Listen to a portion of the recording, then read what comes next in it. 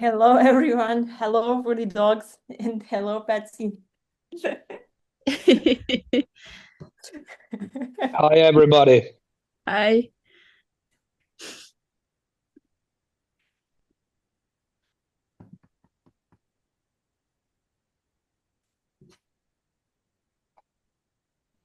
We'll wait for a couple minutes for people to join, and Arena will begin this. Yeah, I'll try to engage you somehow before we'll start.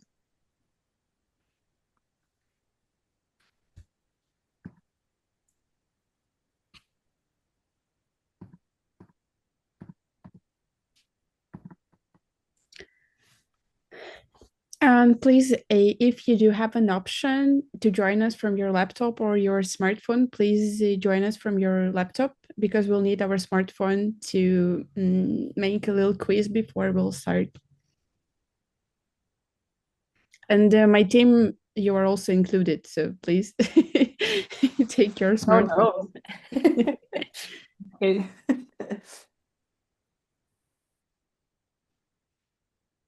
Dobry wieczór. Dobry wieczór. I'm trying to learn Ukrainian because I want to speak a little bit of Ukrainian when I'm gonna stay with families outside Kyiv in April. So I want to speak a little bit of. Great. Yeah, because they don't speak any English. So At least you have already prepared your clothes. yes, Vyshyvanka is great. yes, I got it in Lviv this last summer. Okay, let's wait at now for maybe like a minute or two more and we will start. Hi from Canada, hi from Estonia. A lot of people from everywhere. Great. Who is next to Irina? Ah, Hi, this is Selena. hello. Your Vashvanka is beautiful. Thank you. From Lviv. Of course. Yes. Cool. I think we can start with the quest. Oh, Demko has joined. Cool. Hello. Hello, Dim. Okay, here's our quiz. So please join it from your smartphones. You can enter the link and the code or just use the QR code.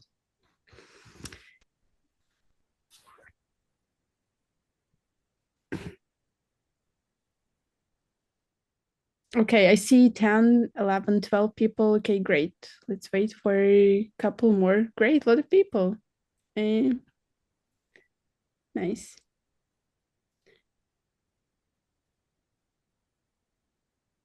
Twenty-one, 22. A lot of you. Great, okay. Let's start with the first question. You've been writing in our chat, hello from Estonia and hello from Lapland. And first of all, we're interested to know where are you joining us from? Please put the pin on the spot where you're from and where are you joining us from today. Maybe the map is not so big, is not big enough. I wanted to delete the largest country, but I couldn't, unfortunately. But I think it's not only my wish for today. Okay, see your pins. Okay, United States, Sweden, or no, Finland, I think. No, Norway. Okay, great. Estonia, somewhere. Okay. I think it's Dimko who is joining us. Okay. It should be Sweden for me. Okay. Liechtenstein for me. Great. Thank you so much.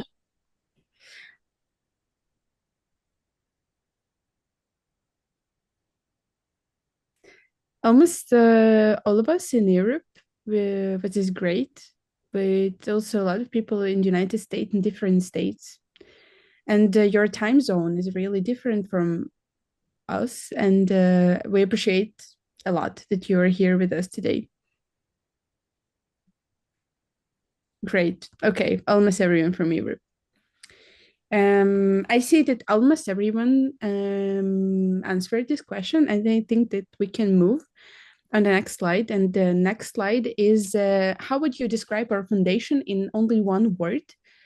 Please write it. But I think that maybe this app will let us to write not only one answer, but more.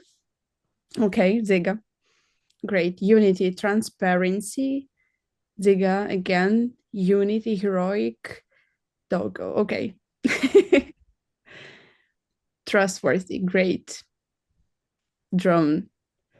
Tireless. Communicators. Support. Startup. Youth. Wow. Heroic Dzyga. I think someone should make a screenshot of heroic Dzyga, I think. And Dzyga is especially heroic for today as she had her surgery yesterday.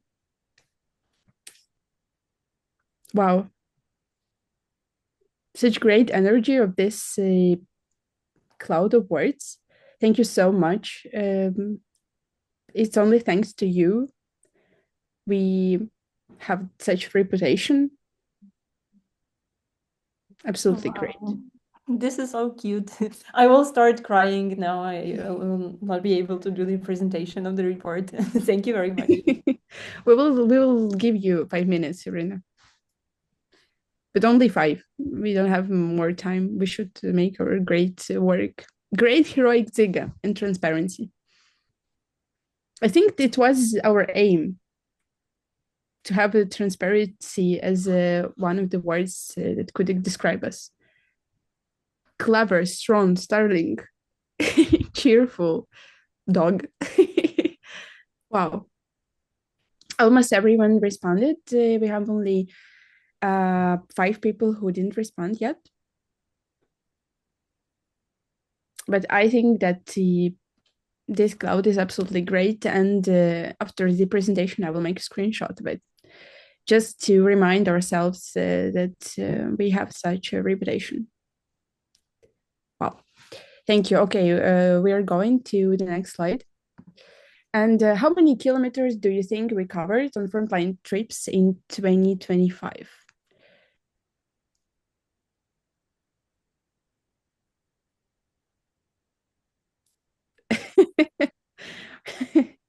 Wow. A lot of really right answers. It's so great that you know us so well. Yeah, 15,000 kilometers is the most popular answer, and it is the right answer. Okay, you know us so well. Great. It was really crazy to have such an amount of trips, but I think it's where the most meaningful moments for us, as we were able to see our great friends, our defenders, and it is the greatest part of our work, the best maybe. Okay, almost everyone responded, and the last question is, in your opinion, what we are lacking? We don't have a possibility to ask you this question really often, but it is very interesting to know your opinions. Maybe you can advise us something. And okay.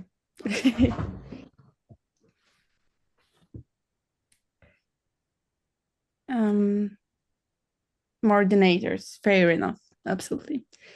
Rest and relaxation, I believe so. More Dzyga content, we'll try. People, wants, and funds. By the way, we're trying to raise funds for our new van.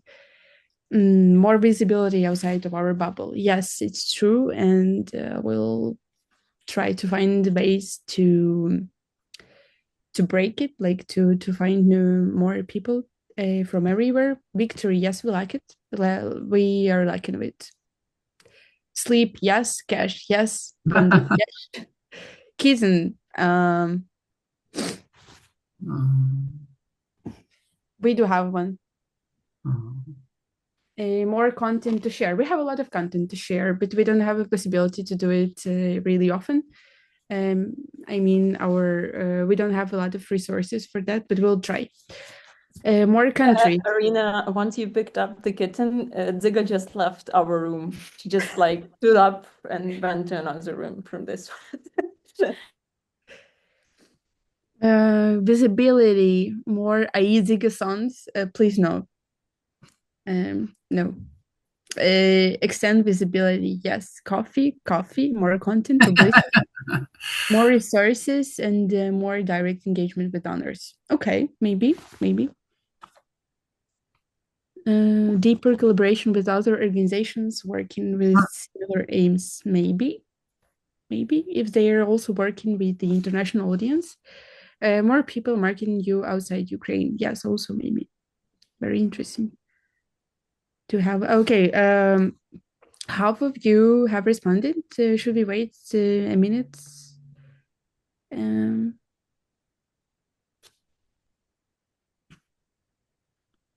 21 people responded. More candy from Sweden. Okay, we have people to work with. And one person especially.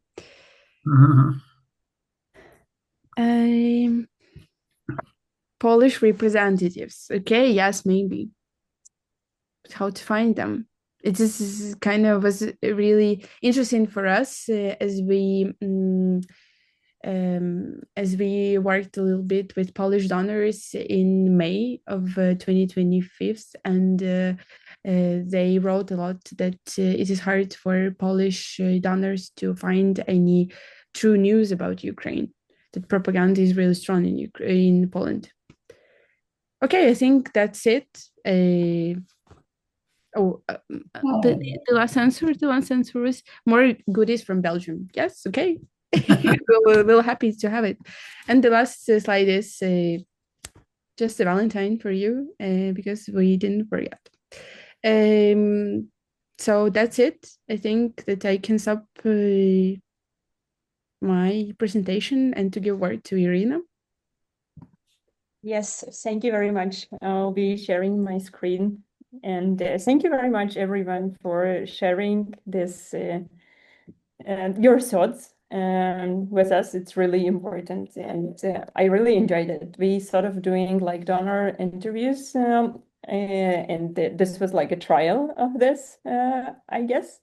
So thank you very much for responding and sharing your thoughts and ideas.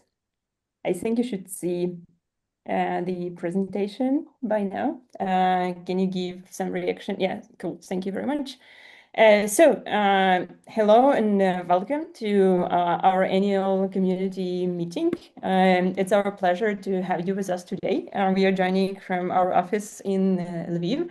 We have our team with us here. Part of our team is here, part is not here, in different cities all around the world, as it typically is. And all of you are in so many different cities and countries, and I'm impressed every time I take a moment to think about how big is the community, actually. So thank you very much for taking your time and joining. And today, we would love to share with you our annual report. And we would like to specifically focus on the presentation about like numbers and things we have achieved.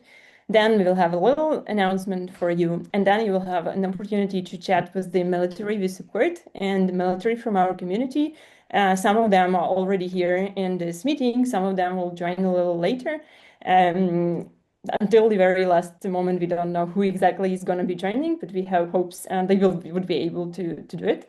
So let's move to the presentation. And today is a special day because it marks 4 years of the full-scale Russian invasion of Ukraine. And I would like to start by bringing up memories about people who have been part of our community, but who were killed by this brutal Russian invasion since 2022, throughout the 4 years that we are experiencing this.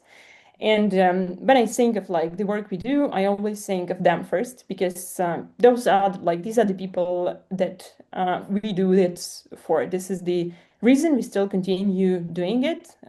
Yuri, who you see here on the left, is the reason for us to do it. He was my great friend. He was a university professor, a prominent Ukrainian poet who went to fight in 2022 and was unfortunately killed in the Donetsk region at the very beginning of the full-scale invasion in March of 2022.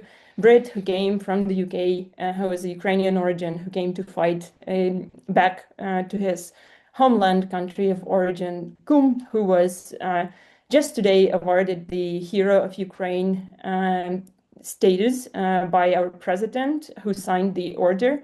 He was a battalion commander and a great man who knew a lot of history. Seneca, who formed a great community of youth around him and who was leading a great and very modern unit in the 93rd Brigade that we supported. Da Vinci, who was leading Da Vinci Wolves, probably many of you have heard of him, and we worked with him. And it feels like not long ago we visited them in Donetsk Oblast, and today it's already like 3 years since that moment. Zalizniak, with whom we went to the mountains, traveled. Tarata, who used to fight in Carpathian Siege and who used to propose to his girlfriend in Carpathian Siege by fooling her into like coming to the front lines and fooling her that like they were going on a rescue mission, and then bringing out of nowhere in the Donetsk Oblast like a big piece, like big bucket of flowers to her and proposing. Serhii, who was our friend and Dimko's family member, actually also went to fight and left his kids behind. Mykola Ragan from the 25th Brigade, who was doing reconnaissance missions, and we didn't know him before the war, but he reached us out and asked for help, and we started working with them in the 25th. Pixel, a very young drone pilot from the 80th Brigade, who was super highly skilled and who didn't tell his parents he was going to war, but he did it, and unfortunately he was killed in the Sumy-Kursk operation. Yari, who was a unit commander in the Carpathian Siege Battalion. Mahno, who was a great pilot, again, in the 80s Air Assault Brigade, who also left his son and his wife, and his son was about to go to school, and he was dreaming of visiting the first day at school of his son, and he was killed in August, right before the 1st of September, when his son had to do it. Caban from Carpathian Siege Battalion, who came from Spain, where he was working for the last 5 years, like before the full-scale invasion, but when things started happening, he came here. Nazgul from 80th Assault Brigade, who was a young and very skilled man fighting there, and he left his wife and family because he was killed in 2025. Multik, who also was a great friend of ours and a great person, like was a very big soul. We met with his wife and his older daughter, and it impressed me how strong she was at his funeral back in 2025. Unfortunately, he was killed by aviation bomb, by a big cup landing. Hammer from 58th Brigade. Hammer was a part of our Secret Santa project this year. I'm not sure if you have Esther here with us, who was the Santa for Hammer throughout this project, and unfortunately, even before the gift reached his recipient, we found out the news that he was killed. And Swampy, who was volunteering here doing EOD, you may have saw him on Twitter, and he was doing a lot of like great work with different units on the ground, and unfortunately was killed in a mine accident in 2025. And this continues over and over again. But whenever I like look through these stories and see these people's faces, I always like at first I'm sad, but then I try to think of it, and I think the best we can do to commemorate them is to continue their mission, to continue acting upon the values we have, and to continue doing the best we can to bring this to just end. So I would like to start this report by taking a minute to commemorate all the heroes who have sacrificed their lives, left their families behind, and thanks to them, we are able to be here today because we were defending Ukraine and Europe.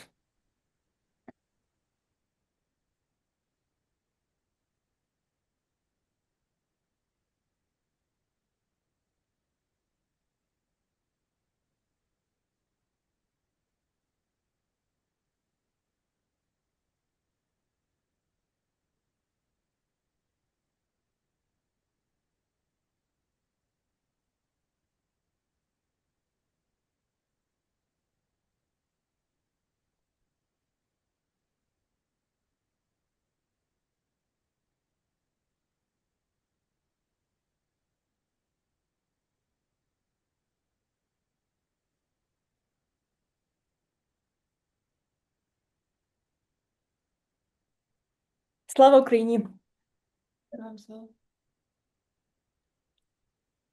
Thank you very much. And now we will move to the report. Thank you again, everyone, for joining and the people who have just joined. And I was thinking about what to start with, and we thought that starting with some of our best memories would be the best thing to do, not to start with some boring numbers. So in our team Slack, I asked people what were their best moments of the last year. So this would be personal, emotional moments, not the numbers, not the deliveries, not the statistics. And one of the most mentioned one was our vacation in Kharkiv. This is where we as a team went to Kharkiv just for a couple of days to work from there. And we met with soldiers, but it wasn't like a work trip you typically have, which is a total rush. And we spent some really good, nice time over there. So this is how Kharkiv looks like. I invite everyone to visit. And the next one was our winter hike. So we went on a team building with the team and hiked up, climbed a mountain, which was actually not the smallest one in Ukraine, over 1,000 meters. Everybody was mad about the weather, but when we were up in the on top of it, the sun came out and it was a very beautiful moment. The other top memory is our first and second offline gathering. Raise your hand or put some reaction if you were part of it. I'm sure there are folks over here who joined us live in Lviv, and this was amazing to have you and to see you. Thank you very much. Another one was energetic memories from our frontline field trips. This is how it typically looks like. Everybody is just super tired and mad, and this is how we travel throughout the front lines, and this is what we see.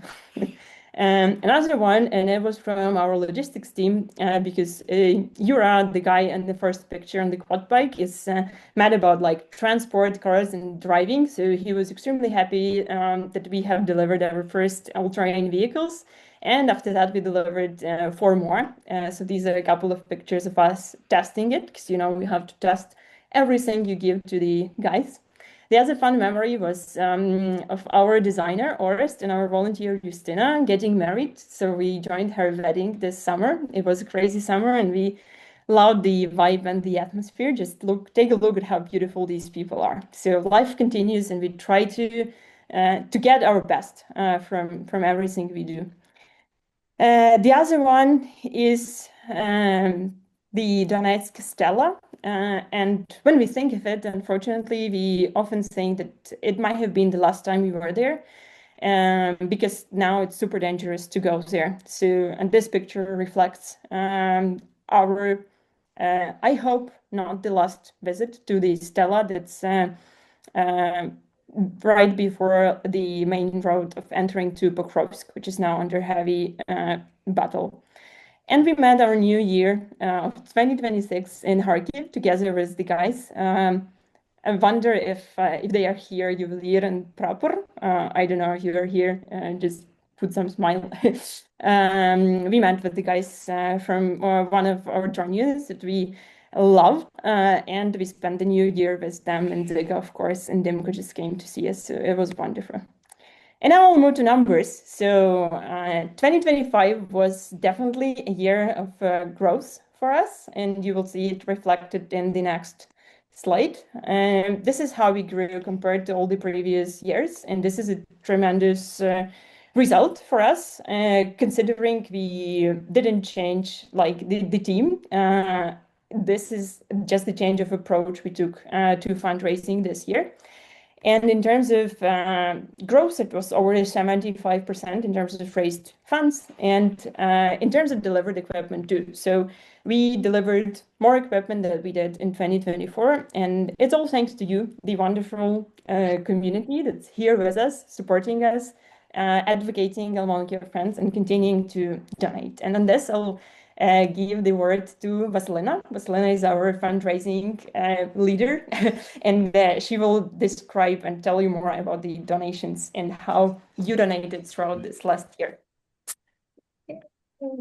The smoothest transaction ever. So, hi everyone, I'm Vasilina. As Irena mentioned, I'm leading a fundraising department, just team. What we have here, how we raise money and how we then transfer them into equipment. So I'll talk numbers. I hope that won't be too boring for you, but here are some numbers we had this year. So basically, what Irene already said, we raised over $2 million, and this is a huge growth from previous year. We're extremely grateful to everybody who donated, who chipped in small or big amounts, and that made our year great, and it made it better for everyone on the front lines who right now are defending our country and the Europe. And next we have this is how we raised every month. Basically, every month we raised a new great amount. We broke some records of our previous months, previous years. We raised a lot more than we did in previous years, and it was amazing for us. Every time we raised more, we broke new records. We were like, it will not be happening more, but it did, and even more and more. And this is amazing. Thank you so much for doing this. And here we have some information about our projects. Basically, we did 20 projects in 2025, and the average raised amount per one project was $66,000, and comparing to last year it was only 24, so it is like huge growth, almost 20%, 200%. So this was amazing. We did some huge projects who were supported by our partners. We will be talking about them later. And next we have some milestones we reached this year. We crossed two milestones. We crossed $4 million and then $5 million, which wasn't even something we could imagine we could do in 1 year. And then we also hold 5 times we broke our donation record in a month. We also hold 7 largest projects in this year. So basically, we had largest project which was raised $300,000, which was amazing. Also, we did some projects that were over $100,000, and we were able to deliver a lot of equipment with that money. So again, thank you everyone. Yeah, we have Jonas showing us some pictures from one of them. Thank you so much. What next is, I wanted to say that no donation is too small. This is what we receive, and more than 50% of all of our donation that we received in 2025 were less than $25. So basically, if you contribute small donations, it all contributes to a large amount of money, which you saw previously on the slides. It was like $2 million. So basically 50% of all the donations are less than 25.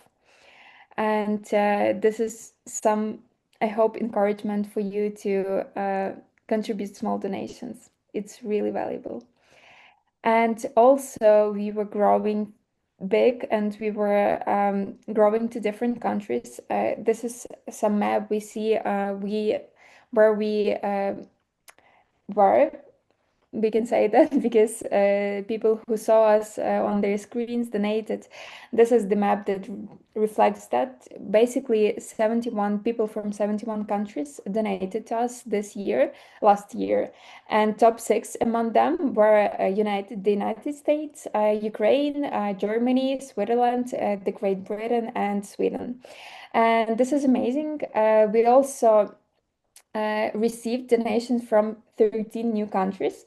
Take a guess what those countries were. Maybe you can guess right on the chat. Australia. I guess we had some donations from Australia previously.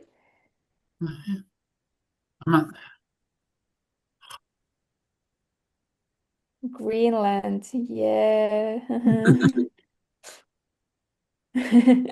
South Africa. We had some South Africa donations, but not this year. China also had donations, but not this year. Nordic Baltics were already supporting us previously. Okay, so big surprise what these countries are. It's Liechtenstein, Qatar, Puerto Rico, Indonesia, Morocco, Uganda, Vatican City, Nicaragua, Colombia, Sri Lanka, United States minor outlying islands, Northern Mariana Islands, and Argentina. So these are new 13 countries we received donations from, and we were not even imagining it was possible. So all the time we discover something new, and this is great. We hope we can communicate with those donors and see some more community, growth. Okay, so what else? It's about how our community grew. So from 3,000 donation, 3,000 unique members, unique donors we had last year, we grew to 6,500 thousand unique donors, and this is the growth represents how we grew in raised money as well. And we are so extremely grateful for people who found us in 2025, who donated, and especially ones who stayed with us and who continue to support us. And I wanted to share some stories of our donors who were with us throughout 2025 and even before that, and who donated, saw us, and wanted to contribute more than money. And here are some interesting messages that are coming from transaction notes. And we see every and each one of them. We appreciate them, and here take a moment to take a look and read through them. I hope you, I don't know, also kind of feel inspired the same as we are each time we receive those notes.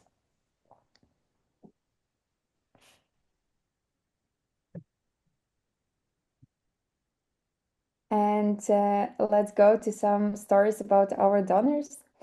Here we have Jonna, and he supports us from since April 2025. He first found out about us from guided tours to Ukraine, and he heard Irina talking about our foundation, our transparency, what work we do basically, and he decided to stay with us, to donate, and to come to Ukraine and to Lviv and visit us often. And all the time he brings some new friends, and this is so heartwarming, especially when Jonah brings his homemade fudge.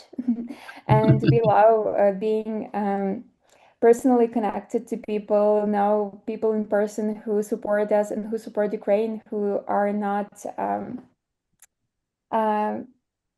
basically who's staying with the Ukraine and do this consistently. Thank you so much, Jonah, for your support. This is incredible. We really valued it. Can I say one small thing? Of course.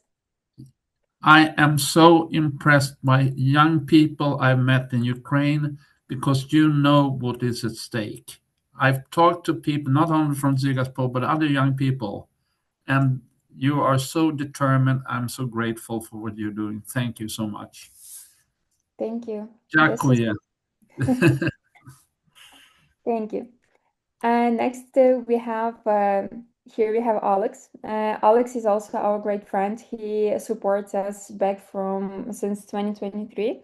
Alex actually went to one of our trips to the front lines with us. He was excited to see how military units work, how they live, how they lead their everyday life, and to explore some technology and see how actual war feels like, looks like. And we love when people want to see more and discover more, and we are here to help them do this.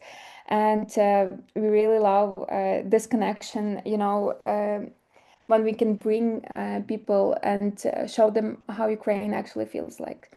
Also, Alex always tries to connect us with some new people and tries to support us in more ways than money. And this is always deeply appreciated. Thank you so much, Alex. I know that you're here. He says that he's looking forward to the next one, of course. And next we have Madison. Madison is a friend, also became our friend in 2025. We recently met in August on the online meeting.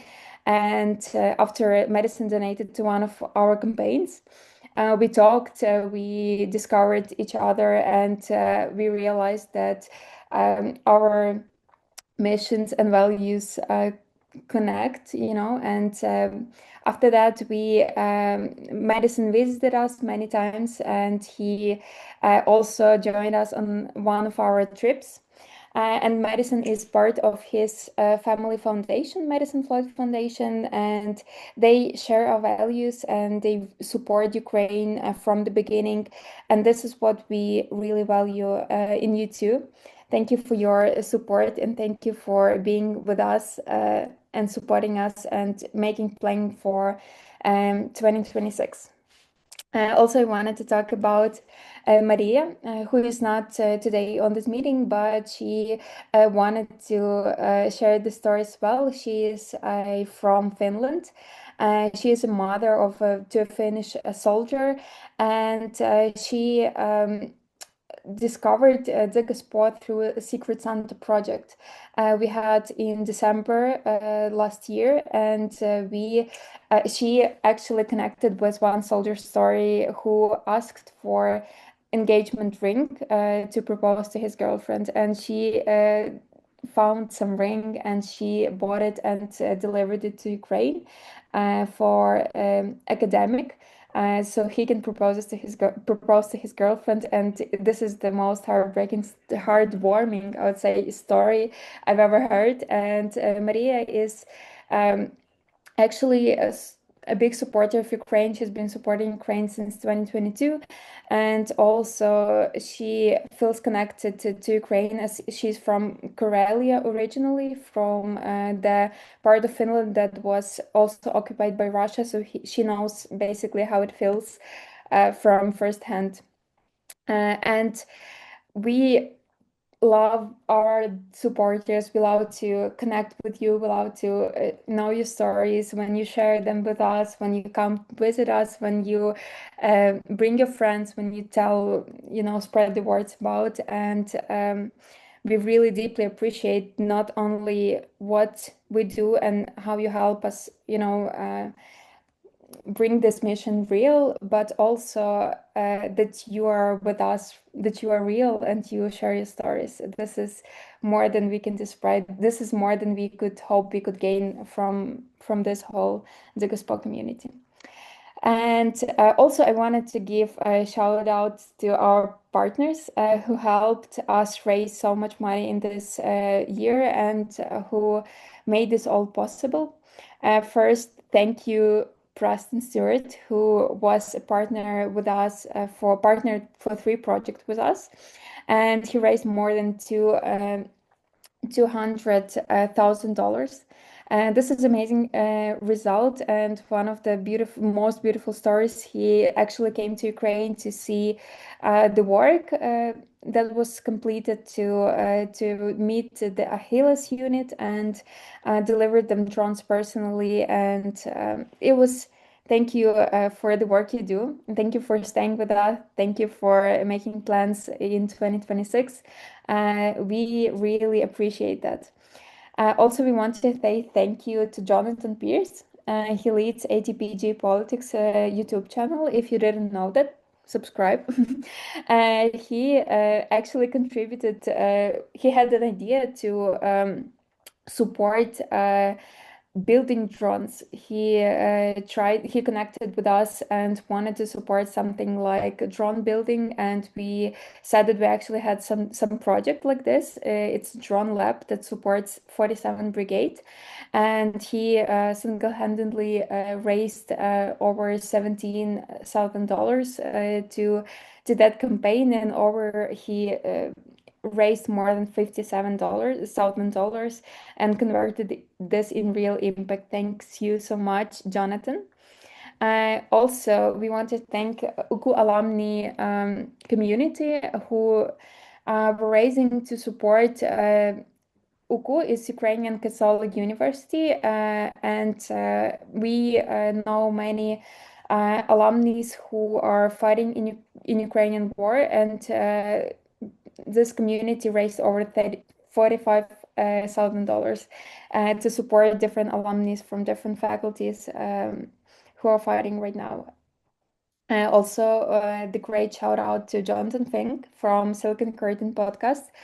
He actually came to Ukraine to film his podcast with Danilo, who is a soldier from 47th Brigade, and helped him raise for a drones, which were converted to a quad bike in the process, but he also raised more than $35,000 and helped bring more equipment to the front lines.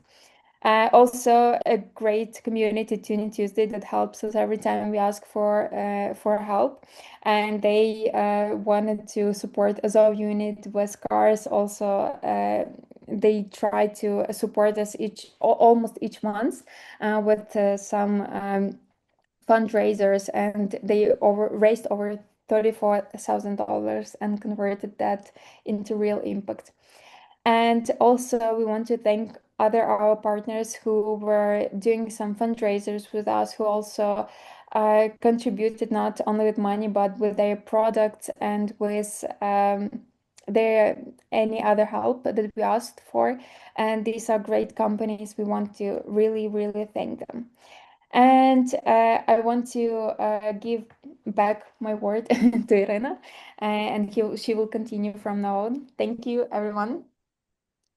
Yes, thank you, Stelina, very much. I'm back here, and thank you everybody who's joined, especially those amongst our partners. We are super lucky to have you all here. And for other folks who want to become our partners, I just thought it would be cool to give like a one slide that you can maybe like screenshot, because there are many ways to support us actually, apart from just donating. First, we throughout this year received equipment from different people and companies. So people who have like Starlings, they don't use power banks, they just ship it to us. There are Norwegian group of like women who do socks, very warm socks, and ship it to us. We love it. So you can just like donate some stuff and we will handle it to the soldiers. Other, of course, could be fundraising campaigns. There are co-branded or monthly support for the military units. But also it could be donation matching campaigns, and we have successfully did a couple, and it works very much. So if you want to do a big contribution, the smart way to do it is to organize a donation matching and do a matching budget of it. That would be super fun. Another one is co-hosted events. This year we'll be looking more into doing some events and visiting actually the countries we have our donors from. So we will be doing some travel, I guess. And if you have ideas on how to partner or which event we could visit or join, let us know. Also, of course, financial support for our operations or with like fuel stuff we need is very welcome. And Also, if you're interested in talking to the military, visiting the military, seeing how it all looks, we can help connect you. And to reach us out, here are my direct contacts. You can just like screenshot it and save for later if you have any ideas popping up in your head. Thank you very much. And now I'll handle to Arina, and Arina will share the media results. Okay, but I will ask you to click the presentation, right? Okay, let's speak a little bit about our media work. And like, as you understand, getting information during the wartime is very difficult, especially when we are trying to reach new people, because you know that information space is overloaded, everyone is exhausted, and we grew, and it is huge pleasure to see it. We reached 3 and 4 million impressions on Twitter and 1 and 2 million impressions on Instagram, and more than 5,000 new followers joined our community across platforms overall. And we really happy that this is working. Some words about the media mentions. We just an example. This is the example of our work with the Gazeta Wyborcza, one of the largest newspaper in Poland, maybe the largest. And in this article, we spoke about how we're trying to protect the Polish housewives' crops. We mentioned this project earlier. It was really awesome.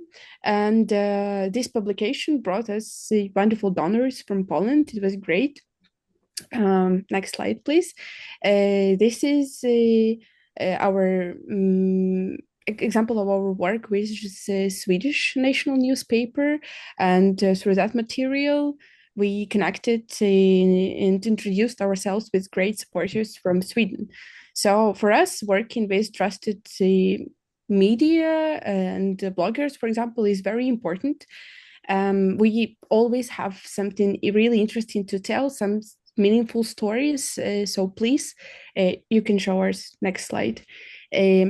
There are a lot of like media mentions of us in this year, but we're still interested in it. So if you know some journalists or bloggers who will be interested in our work, please share their contacts with us or our contacts with them. It makes a difference for us. Okay. We also wanted to draw your attention on our own media projects, because we are trying to document everything that happens, not only through texts, but also with videos. And we produced some long video stories on YouTube this year, and we don't post often. That's why algorithms don't work with us, but we're still trying. So, and also like algorithms not so friendly with some serious content as we do, but we still invite you to watch them and to enjoy them. And I think my favorite one is the Secret Santa documentary film that we made some months ago. You know, it's great that you have a possibility to know us visually, but not only through also social media posts. So finally, our community is you, and it is kind of strong argument against Russia, but to make you grow, to make us visible, we need reach. So please don't forget to support us in social media platforms. I think we underestimate the power of simple share or like or a quote sometimes. So please don't forget about it. It helps us a lot, and just we love you. Thanks. Thank you very much, Arina. And now we move to another part with the numbers. We were trying not to accommodate too many numbers in one place. So this is how our expense looked like. We spent almost $2 million we've raised this year. And this year, 90% of our spending was military, and the rest was overhead in terms of operation and logistic costs like deliveries, and postal services, fuel and stuff. And I would love to highlight this one thing, the dynamics of how our cost shares changed over the years. You can see we are growing our military spending, and this year with the first one we broke the 90% share. So this is the share of the category in our total spending budget. And we completely cut the humanitarian direction. It was something we mentioned last year, that we will be focusing solely on technological military support. Before that, we supported some schools and EOD at the beginning, but now we focused only on supporting the military. And by growing, we are optimizing our logistics and operation costs, as you can see, because we're getting more and more partnerships, deals, discounts. So this is incredibly low amount spent on logistics, and we never include this like operational things into project budgets. Some people have had misunderstandings about that. So everything we raised to some project, like drones for some particular unit, goes directly to the drones for this particular unit, and we cover our operational and logistics expense by other sources and general donations. So, and we are trying to optimize it as much as we can. So thank you very much. And now we'll move into the deliveries. This is what we have delivered, and the growth of delivered equipment is the highest, actually. We delivered over 300 parcels in 2025 to 80 different units, and the average cost of shipment we do actually grew a lot. So we are not like shipping small, cheap items typically. We do systematic support on a unit level. That's why the average value of a parcel we ship to a military unit is over $5,000, which means it contains like at least a couple of charging stations or a couple of dozen drones, so that it really makes some kind of a difference on a tactical level for the unit. Of course, the first category is, as usual, drones. We spent the most on drones and delivered a lot of them this year. The next two are electronic warfare equipment, even though the trends around fiber optics are growing. Drones and radio control are still very popular at the front, and jammers, of course, are needed. And portable power, again, because of Russian airstrikes, Ukraine is struggling, and this winter was hard, and military units are experiencing this too. Their command points and their positions need reliable power supply, so that's what we are focusing on too. And these are all the other categories we work with, but this is like not our main focus. So what you see in this first line is more than half of our total budget. These are the units we supported the most. You may recognize some of the patches, some of the units that are in top lines over here. We ended up having Azov Corps, which is three of the first brigades from this corps. Was like the most support this year. We just have many friends serving in different units, sub-units, different battalions.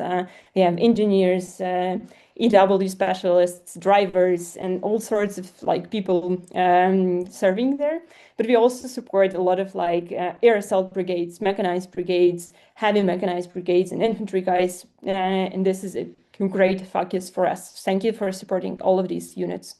And I would like to highlight three things we focused this year, apart from just like general category summary. First is this. Do you know what's in the big? Well, the slide kind of tell this. This is Demko holding an FPV drone, actually a Russian FPV drone, in his hand, and another hand is holding a drone detector. This is a small device that actually intercepts a video signal from a drone and shows it on your screen. So this is not a drone controller. This is something another person could have and see the video from the enemy drone. It doesn't feel good at all to see yourself in this kind of device. This most probably would mean you are a target to a Russian drone. So this was a new piece of tech developed and became popular throughout the last year. And we bought over 30 of them. And the cost of it is extremely cheap. It's around $500. There are some cheaper and some more expensive ones.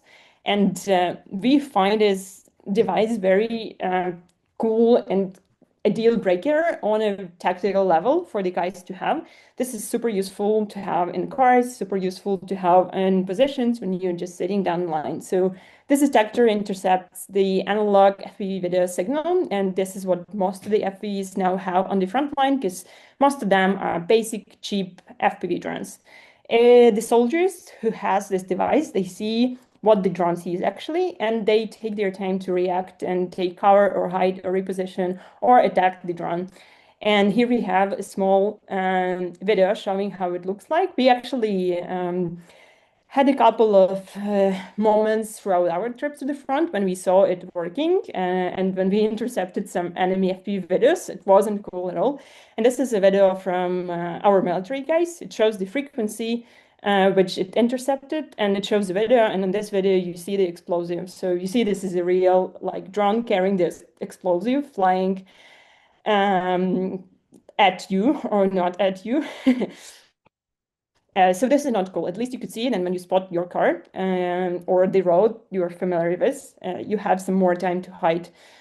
We delivered lots of them. And second thing is jammers. Again, I already mentioned fiber optic drones are popular, but radio controlled drones are still there. So we need to somehow fight with them. And this is a result of an FPV drone attacking a howitzer from one of the artillery units we work with. And this is absolutely not cool, because an artillery device cost is super big. So our total investment in jammers grew more than twice throughout the last year, even though many people, again, would imagine that like today's war is completely about fiber optic drones. This is kind of not correct, and this number exactly says it. We still receive a lot of requests for drone jammers. So here's how it works. FPV kamikaze drones, the ones you just saw videos from, are still the number one threat at war, and it could strike, as I mentioned, like a self-propelled howitzer or device, the gun that costs a lot, like millions of dollars sometimes. So you could use jammers, and our guys use it. And here you see a jammer installed in Crab howitzer, protected by cold. By the way, this is the one. Thank you again, Preston. And on the right, you see the amount of drones the artillery guys got at their position. It's just one position. And this is the amount of drones attacking that single position. So whenever this happens, whenever they detect them, they start launching everything they have to that position, just because it's a super high value target. So you need to have all sorts of defense devices, including jammers, drone nets, including shotguns, whatever you have. And this is what they got. This is kind of crazy to realize. Every single drone here was targeting just the crew of like 3 to 5 people operating the howitzer. So we invested a lot in drone jammers. And another big thing was supporting field engineers. So this was rather a new direction for us and a huge focus throughout this year. We invested over $100,000 in drone components and supported 6 active field workshops from different brigades. And by workshop, I mean military engineers who work within a brigade and who sometimes recraft the drones they get, or sometimes build their own drones. This is cool because of speed. First, they do real fast, because these guys are military soldiers. They know what they need. They can quickly change the video system to a frequency they need, because they know what is this frequency. And at the moment it is jammed, they quickly change it and they allocate it in these, so they don't have to communicate with the manufacturer. This is cost effective because, again, we're not buying it from the commercial drone manufacturer. We are just giving the bets they need to the military servicemen. And this is super smart to do because, again, of the frontline intelligence. People who do it, they know what they need to build. Sometimes the big issue is that the drones people get from official government procurement lines come down outdated because the frequency is no longer useful by the moment the drone gets to the final recipient. So we supported many field workshops, and we even helped launched a project of a workshop for the 47th Brigade, where bomber drones made, and we are helping Danilo, our friend from the 47th Brigade, and all the volunteers who volunteered this workshop to build it. Maybe even some of you here visited this workshop with us, I guess. Another thing we saw when we started doing this workshop is that there are actually not too many people with cool engineering background who could come and volunteer and come and contribute to this. So people here learn everything just on the go. So after like thinking somewhat strategically, and because of our partnership with Ukrainian Catholic University, we launched a summer school in unmanned aerial vehicles engineering. And this year, 2025, was the first year we did this school. It was super cool, niche project, and 15 students graduated from the school. And I think it's a super good result. The 12 drones, everybody was building their drone, and 12 drones made it to the front. Actually, they were tested and they were like ready to go. So we are super proud of it, because this is something when we think of it, we think like not about tomorrow or next year, we think of like years ahead. And I think it was cool to involve also military to give some lectures, and our partners from the industry to come and give some lectures over there. We often talk with our military, and we made 7 frontline trips this year and visited many different frontline cities. You may have seen these pictures in our project reports, but just once again, this is a moment to appreciate the over 15,000 kilometers we drew throughout the front lines to meet with the military. I think this is actually super important to go there, talk with the guys, see how the equipment is used, get the feedback, and understand what's needed next. And we are thankful to all the partners who helped us get this equipment. These are Ukrainian manufacturers and stores who provide us with discounts, sometimes free stuff for the military, and build things for us per our custom requests. Thank you very much.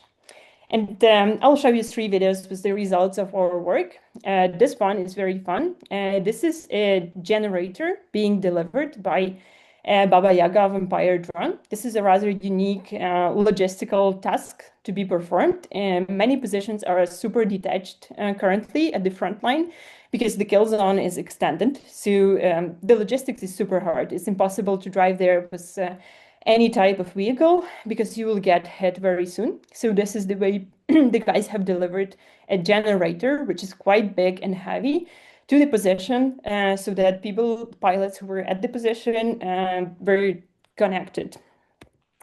Second one is just a very fun hit of enemy positions by our friends from 37th Brigade Marines. They are doing very heavy work, and this is a night bomber drone. You see the real video on top right, and this is like a night thermal camera video. Thanks to the, so we don't provide like drones specifically, but we provide the equipment that makes these drones fly the charging stations and the Starlinks that makes the streams possible. And this one is very recent. This is a Dzyga 4 interceptor drone hitting a Shahid drone. We delivered these interceptors in December 2025, and we just got this video today from our guys. So this is something really fresh to show you. And the cost of Shahid is like crazy, could be up to $50,000. Sometimes depends on a version, and there are many versions they put a Starlink on top of it now, which becomes extremely deadly. And there are versions when they put an FPV drone attached to Shahid, which is also extremely scary. So we are glad we are able to contribute to make less Shahids hit Ukrainian civilian cities and fly to the west. Thank you very much. This is all thanks to your donations to these things that protect our lives over here.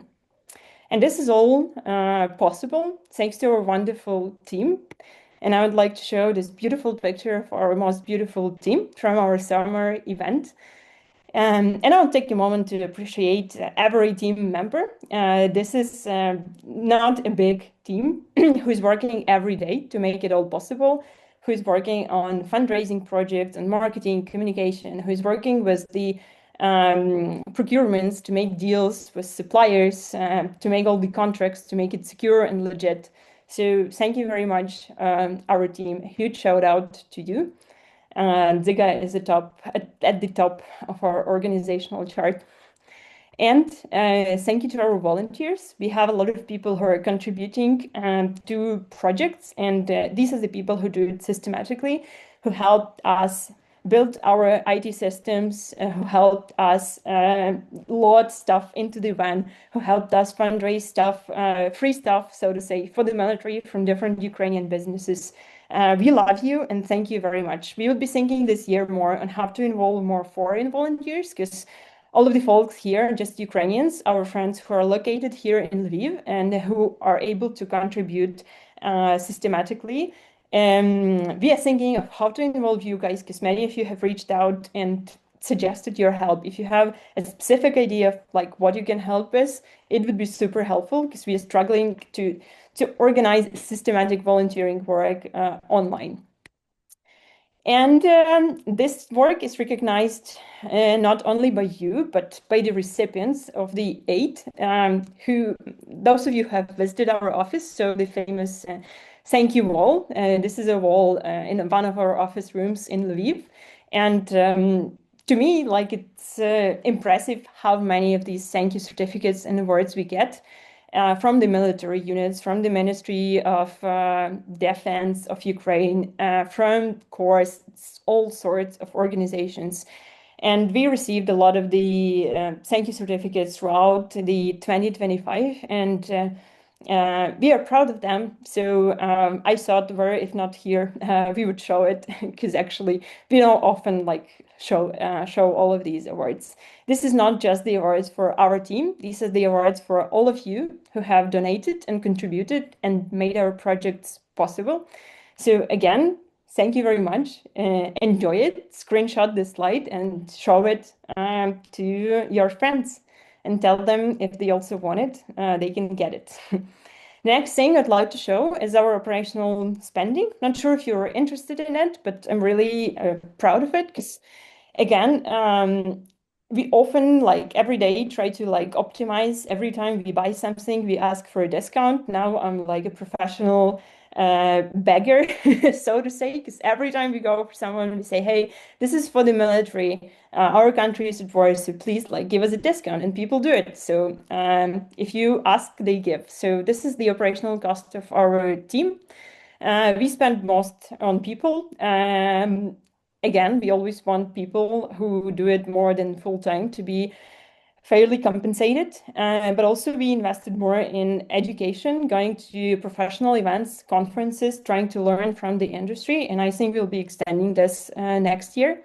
Of course, we have some like office, some services, project management tools to use. And compared to how the total funds budget grew, our operational budget didn't grow as much, and this is something I wanted to highlight here.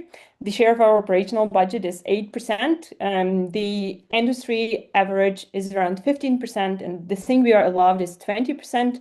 So I just want to highlight that again, that we are always trying to use it at like the best capacity that we have. And we are thankful to people who support our operations. There were 100 of you who supported our team specifically. And we received specific support for our operations. Thank you very much for everyone who contributed to this. And a special thanks to people who are subscribed and do it on a monthly basis. There are some of these people here at this meeting. We are super pleased to have you with us. And I wanted to highlight you once again. So we just put your names over here in this slide. Thank you very much. This means a lot to us to know that you care. Thank you to our institutional partners. We work a lot, again, with UCU, and we work with lawyers, taxes partners, who review every contract we make and constantly check if we are up to date with recent laws and orders.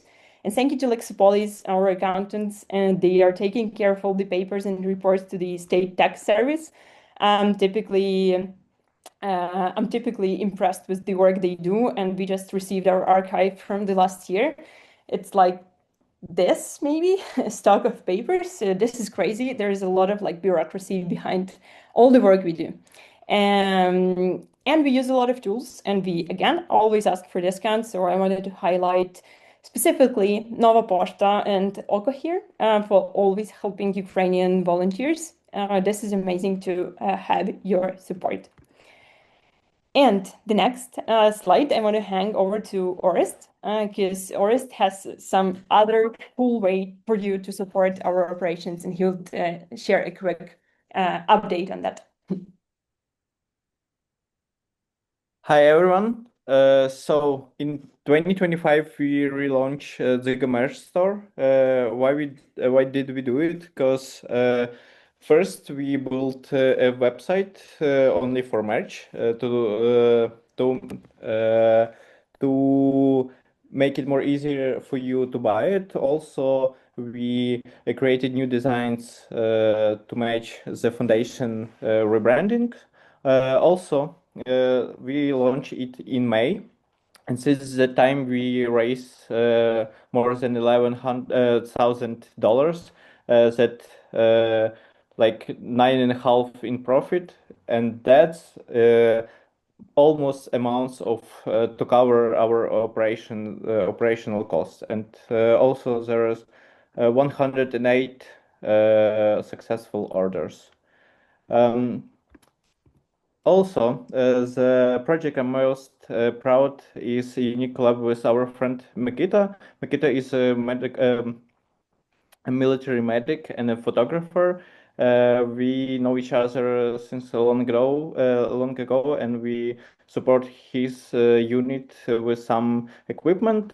Also, we decided to create calendars for 2026 with his photos, and these calendars come in two formats. The first one is like a mini calendar with wooden stand for your tables, shelves, etc. And the second one is the wall calendar, the big one. And for everyone who are here, we have a promo code for discount for these calendars. It's a community code, so you can scan this QR code and buy it to support us, because the merch is like it's another way to support our team. It's not like the donation, it's that you can take something physical to remind yourself that you support Ukraine and all the work we do for Ukraine, and to make like a huge impact for our victory. So thank you. And the last word is from Irina. Yes, thank you very much. So if you ever wondered, because this is something I'm always wondering, why this merge is so expensive, this is a donation. So keep that in mind. It actually supports us really well. And on this point, I would like to say that it's already 2 months into 2026, and we stay firm moving into 2026 and beyond. We already had our planning, and we already have big plans for the next year, the next 5 years, and you will see it developing and going forward. And no matter what, the main thing for us is our values and principles, and this dictates everything we do. So, and to every team member here, I think it's super important that the work we do corresponds with things we believe in. So we will continue doing what we do to defend Ukraine and European security, and together with you. And I think all of you realized that the balance of power in the world is currently being shifted throughout these last years. We realized many things that has changed, and many things that have like opened eyes of many different people all around the world. So I think our values somehow align because we are all here, and because you are supporting our country in our fight now. It's probably you're doing it because you realize it's a bigger thing, and it's not only like another local conflict that will eliminate soon. Thank you very much. We will continue doing it, continue sharing our responsibility for things that are happening here and now, and we will stand together until victory. Thank you very much for listening to this huge 2025 report. If you have any questions as per this report or numbers, you can ask the questions now and just write them in chat or raise your hand. And now Irina mentioned we should make a photo, and I really love this idea. Let's make a big group photo. I'll stop sharing and see your faces. And if anybody else could turn on your camera, please do it. And we'll make a cool picture together. And then we'll move to our next part. So cool to see you. Wow. The dog from NGU is my favorite. Well, we have our military friends joined. I'm really glad they made it because some of them had issues because Donetsk Oblast is sometimes flagged as Russian or occupied territory, and Dnipro Oblast too, so they were not able to use Zoom, which is harsh. Cool. Arina, will you take care of the picture? Great. I'll make a screenshot too so that I have it. Wow. So cool to see your faces. Like, do you have a possibility to make the view kind of with everyone? Yes. Okay. Yes. Yes. It's on your top right. Choose the gallery. I love your background, Jonas. I just realized your background is our shared picture from Lviv military administration. Yes, I have my American friend with me.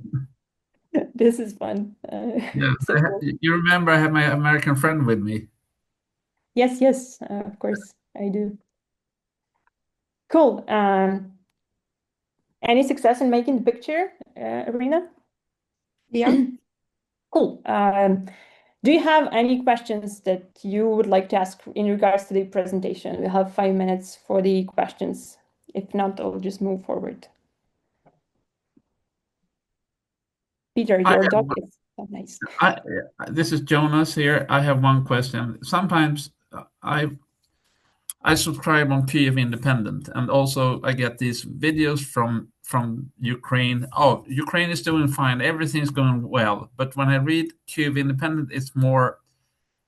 It seems like it's not catastrophe, but it's quite tough. And I mean, some of these videos that are on YouTube, they are like too positive about how things are going on the front. What is your view on that? I mean, how things are going in Ukraine. I mean, I know it's very tough with the. I mean, it's been a very, very tough winter. I know that. And yes, so yes, I'm like a positive thinker. yeah. So I don't know if I'm the best person to ask this, but I always keep positive. Even this winter, I expected it to be worse, to be honest. And when people step by and ask about it, well, like we didn't have electricity. Like the toughest, like in Lviv, which is super fast, was like up to 16, 18 hours per day. But still we had the 8 or like 6 hours visit. So it's kind of enough like to charge my power bank and have a shower. And I can cook something on gas, whatever. For me as a young person, it's okay. For our soldiers in trenches, it is tough. And because of the situation was the extension of the kill zone and the logistical complications of this, it becomes harder and harder to be like, I'm not even talking about infantry because like now mostly even drone pilots, not even FPV, but like Mavic drone pilots and FPV drone pilots, they are like in the toughest conditions. And in terms of how battlefield changes, it became way tougher for them now than like it was a long time ago. But in general, I would say it's hard and people are exhausted. But for me, as a Ukrainian being here, like among civilians, I don't see this mood of like people are ready to give up and take any condition to end this war. There are some people that are super sad and depressed, but most of them are okay. You know, people get used to things they get. So we are standing firm. Maybe somebody else has something to add. Yeah, I will stand by Ukraine until the last living Russian soldier is out of Ukraine. Awesome. Well said.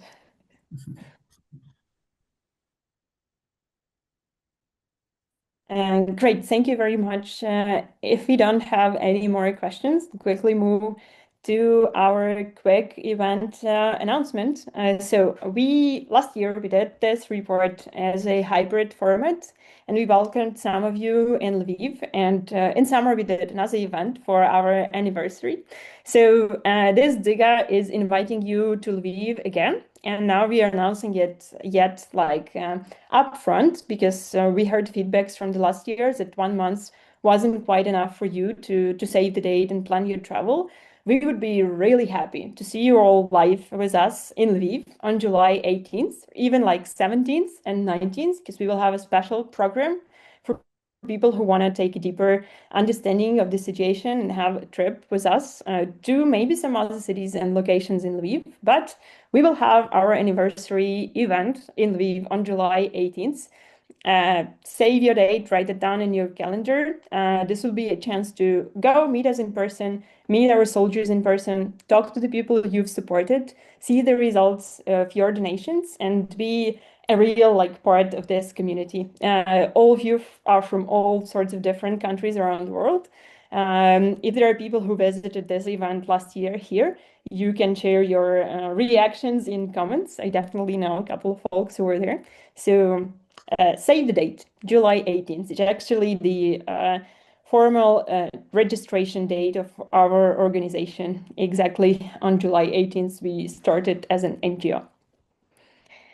And now we will move to our live chat with the military. I saw people joining, and I think all of them made it today, and I'm super happy to know this. So we have 5 of our military reps today with us, and I think we have even more, but again, this was like super last minute because it's hard to plan your schedule when you're in the military. You don't own your time. So thank you very much, guys, for joining us here today. We have Demko with us. You probably all know who he is. Demko, hello. Are you here? Hello, what's up? I'm here. Happy to see you all.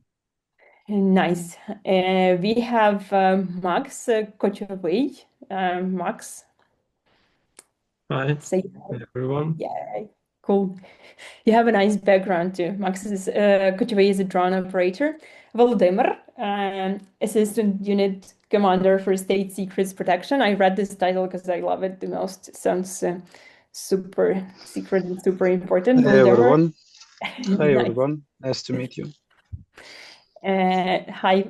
And Mike, Signals and Electronic Warfare Specialist. Hello, Mike. Hello, hello. Nice to see all of you.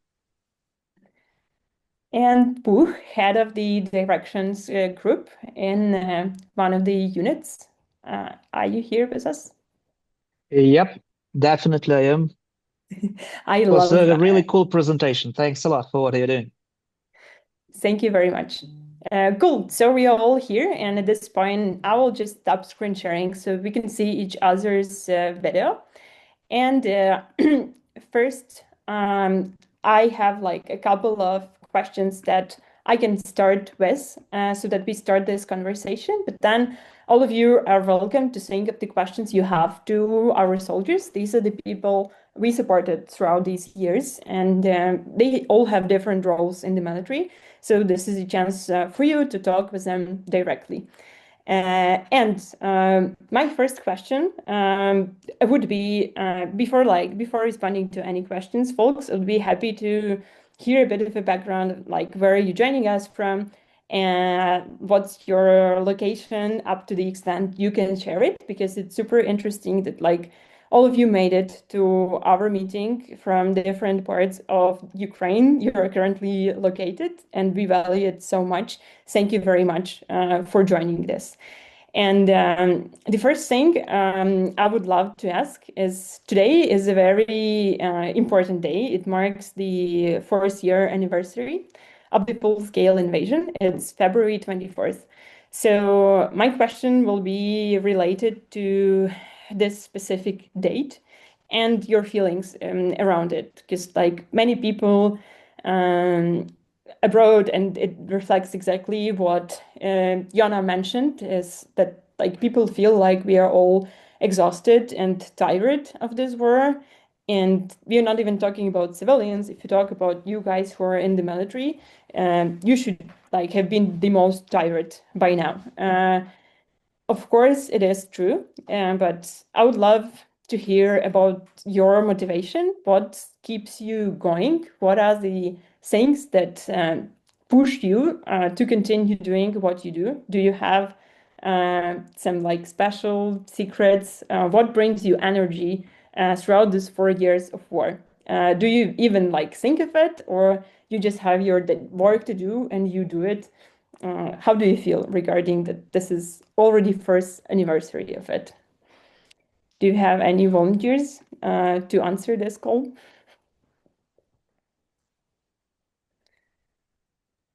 Daniel. Okay, I think I will do the fast. So the first thing I would say is the kids. Yeah, so I have these 3 kids, and the only wish for them is to be able to live in the safe country. And the moment we all together will continue, we will finish our task, and we will win, and we will bring the peace. It means that that's the moment my work is finished. And I mean, to finish the war, not only just to have a peace break, yeah, like in between the different stages of the Russian aggression, but to make a long-lasting peace. The best way is to collapse Russia. And then that would be a signature for me that my work is done and my kids are going to be safe. It's very simple. Wow, this is very powerful. Thank you very much. I often, like when I think of it, I often think of my kids in regard to like I don't want my future kids to have to fight it, but I don't even have kids, so it must be very like much more precise for you as a person who has kids to understand it and to see them and to see exactly what you're fighting for. Thank you very much. Kochuvei, what is your motivation? What keeps you going?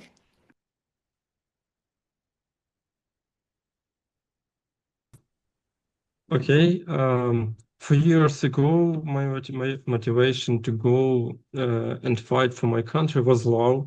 Love for my brother who was little back then, for my father. Of course, 4 years have passed now, and then love has gone anywhere.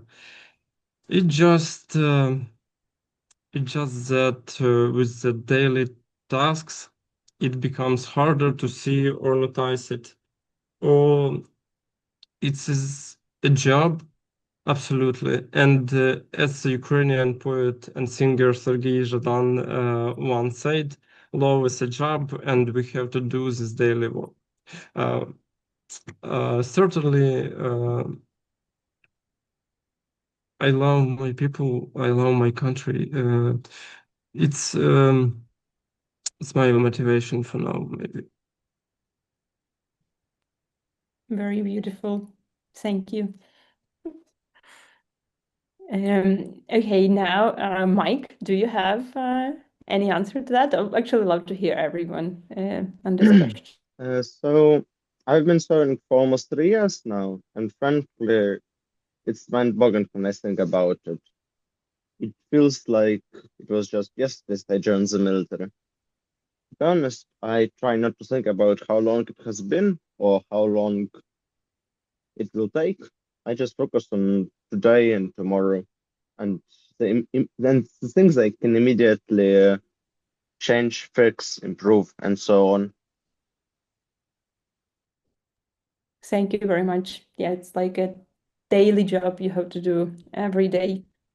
Thank you very much. Demko, yeah, I see you unmuted. My name is Dimko. I'm a former drone pilot, joining you from Dnipro. Just recently moved to lessons learned analyst type of role in here in the rear.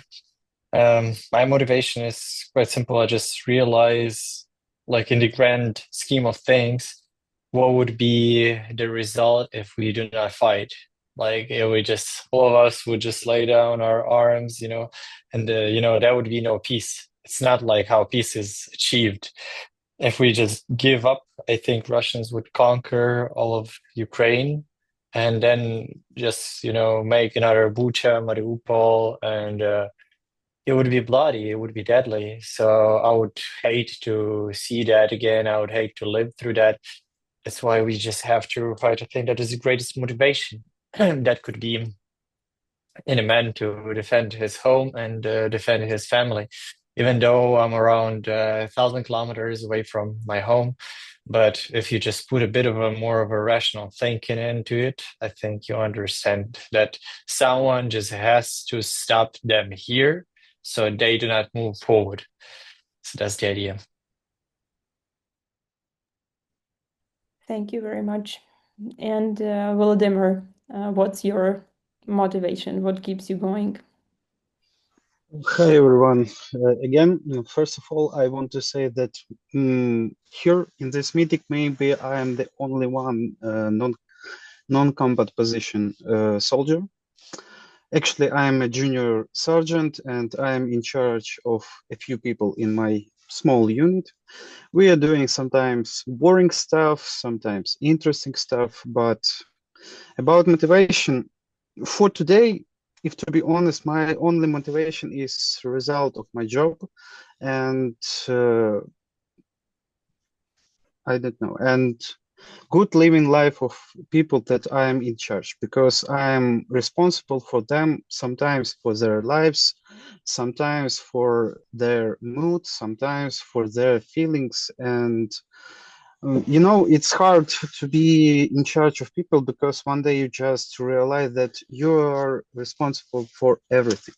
And my motivation is how they relate to me, how they sometimes say to me that I'm doing my job great and I'm helping them to pass through this war phase. My personal motivation, I remember how this war starts for me, actually 4 years ago.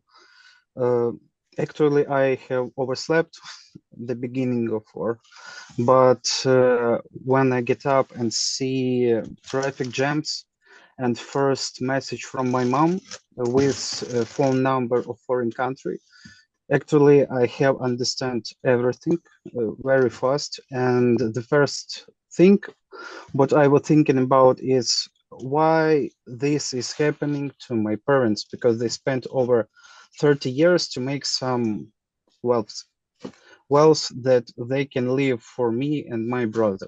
Actually, I thought we were the first generation who can live peacefully with enough different stuff, but it didn't happen. And we were sometimes naive, because if go through history, even my family, I take only 2 minutes, but it's really important to understand, because I am not the only one who has the same history.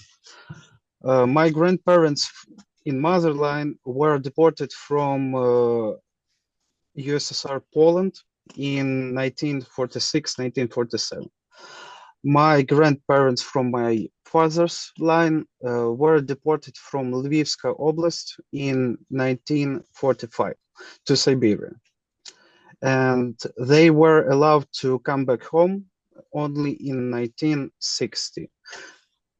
So my family suffers from Russians maybe in 4 generations, and a lot of people in Ukraine have the same history.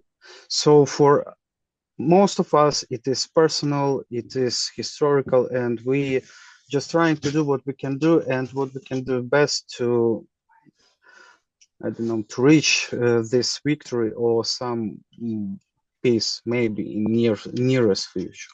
So that is my motivation. Why I'm doing all this.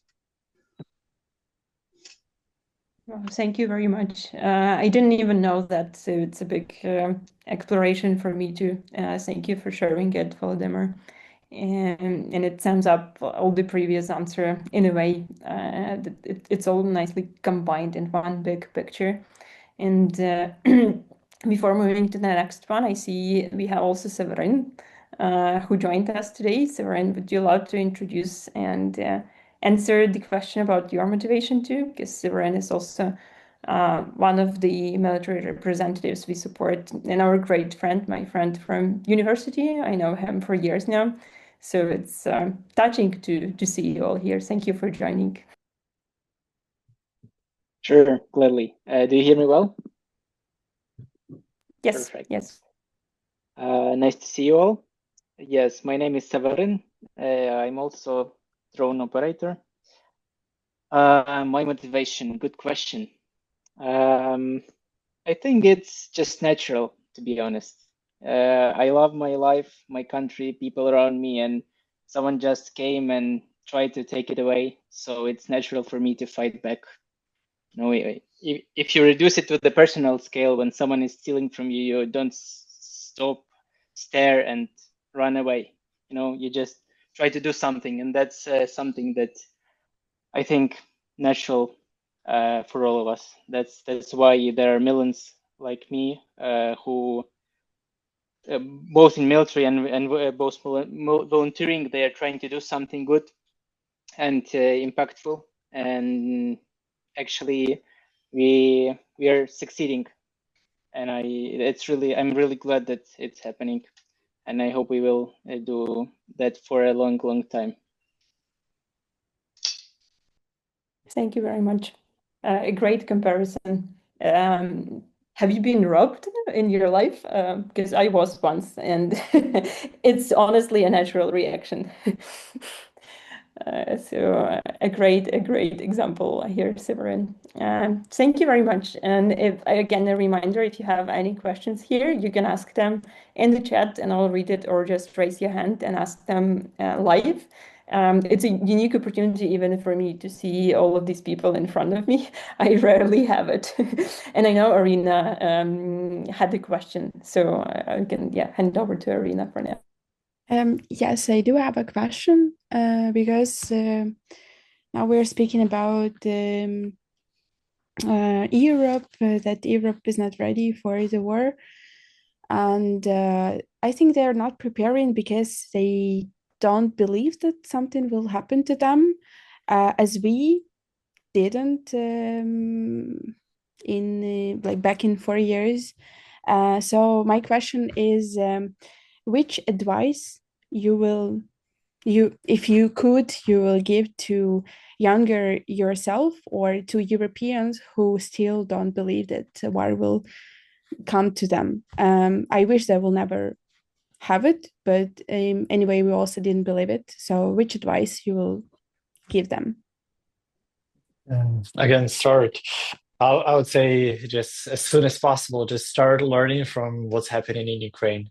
Because all of the outdated war fighting training that most European countries have, it will not work in this new type of warfare. So if there would be anyone who just learned the right lessons from the war here in Ukraine, I think that would be enormously strong, especially with the production and economics base that you have in Europe and European countries. Learn as soon as you can from Ukrainians.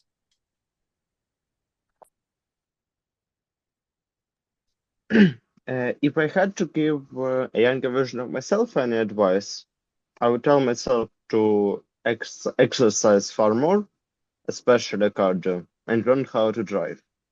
As regards Europeans, it's very common to talk about lessons of war and all that, and that is all true. I think the main thing that Europeans need to be prepared for is that any real full-scale military conflict involves massive losses. They must be willing to rapidly mobilize the civilian populations and to be prepared to take heavy casualties.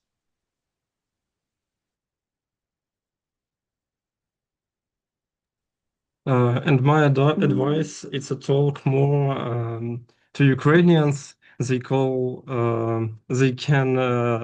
tell a lot of truth, the kind of truth that is sometimes hard to hear.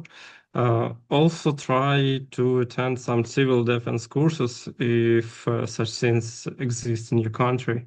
It gives you a completely different perspective on safety and preparedness. Yeah. Like Preparedness. preparation. Yeah. Yes. If I may. Look, I think that if the Europe thinks that, okay, there are still few steps to participate in this war for the Europe, then come on, you guys, you are in the blind spot. You're already in the warfare. I mean, right now, the warfare, it's not only I would say, the artillery shelling or the gunfight. You're right now under the constant attack of the cyber attacks. You are in constant flow of the bullshit propaganda, undermining Ukrainian, I would say, democratic values or even the human values. Yeah. So we have from the one side, we have a butcher, we have a villain, we have someone who doesn't respect any of the human values. They are trying to enforce everything. So with all the terror, with all the shelling of the cities, of the human population. So right now, all the mess, all the informational mess that is spreading to Ukraine, just in order to make people to be in a doubt, is it a real what they are saying, or what's the real things? And then the people get lost. Then they are disconnected. Then they do not believe in the NATO. They do not believe in the unity. So you are already in this war. It's just maybe not killing directly. You don't see the shell or you don't see the aviation bomb that is killing you directly, but it's killing your values. Even economically, look for the change of the chain of the production. Is the inflation, do we have the sign of the inflation in the world? For example, Ukraine was the biggest production of the oil. I mean, the oil from the preparation of the food, yeah? Can you see the consequences of the war? I mean, as the termination of the right logistic chain with the inflation in the Europe or all over the world, or the agricultural products from Ukraine to the rest of the countries. So you're already there. And I mean, the guys are absolutely right. Yeah, so take your time to prepare yourself for the physical contact, but you're already in these intermediaries of the modern warfare. So just be careful, look carefully, think, and don't let your countries into the state where Ukraine is already. Value the lives that our soldiers has given to protect the Europe from this butcher. Make a decisions. Yeah. I would also like to add something. I think the biggest challenge that the Europeans face now is not to, they are not yet to be persuaded, but the issue is that they refuse to accept the facts that are already there, because people are great at self-deception, to be honest, and it's really hard and inconvenient to starting to believe that, oh, that's the war and it's inevitable. We don't really want that. Even us Ukrainians, even now at the 4th, 5th years of war, we don't want to believe that there will be a 5th one or the 6th one, and that's something that is really hard to get rid of. So that's the challenge, and we have to find out the solution for it, because the more time it takes, the worse it becomes. Yeah, thanks. Yeah, well done. No one wants to take a part in war, and really, for me, I even I even didn't understand that it will all happen, but it just because I was naive, because it started in 2014 and it continued till 2022, and it started with bigger power almost after 10 years. So maybe what I can tell you to do, if something like this will happen in Europe, I more believe that will something happen that will not, because Europe and democracy, it is good, but this part of world we're living a long time under maybe some belief that you have NATO and you have money. If you can take money from aggressor will have no money to fight. But it is not about Russia, because they still have a lot of money. They will have a lot of money if they want, and it's not about money. It's about civilization point of view. They want to be poor, but the big is the greatest country. And if they see any threat from Europe, from Ukraine, they will destroy this threat, because they should find some explanations why their people, their citizens living so bad, but feel must feel themselves so great. That's why I only can advise you not to make our mistakes, because in my point of view, the biggest mistake was made in 2014. This war was not for all parts of my country. I can say it from my point of view, and how I can say my sorry, parley for my English, but what I want to say, for me, I didn't see this war for a long time, but it begins in 2014, and a big part of my country living in this pink glasses. We don't want to see that we have a real war, we have real aggressor, and we try to think that it's only about Donetsk and Lugansk region. No, from 2022, we clearly understand it's not about two regions. It's about Ukrainians and about country, about our beliefs and our choice how to live. And if we choose European principles, how to build our life, so you can just imagine what they will do with Europe if they will come. And something you can see in historical point of view. It was in Poland, it was in Germany, and it was in post-Soviet Union countries. So it's hard to believe, but we are going to this. We are going something there. So I just can ask you to support Ukraine, support Ukrainians, and don't make our mistakes. Prepare, be strong, because if you will be strong, they will not attack you, or they will think twice. And even if they attack you, you can defend yourself. We wasn't strong enough at the very beginning, so now we are suffering from this, from the results of our weakness. Don't be weak. Just it's my advice for all Europe. Thank you very much.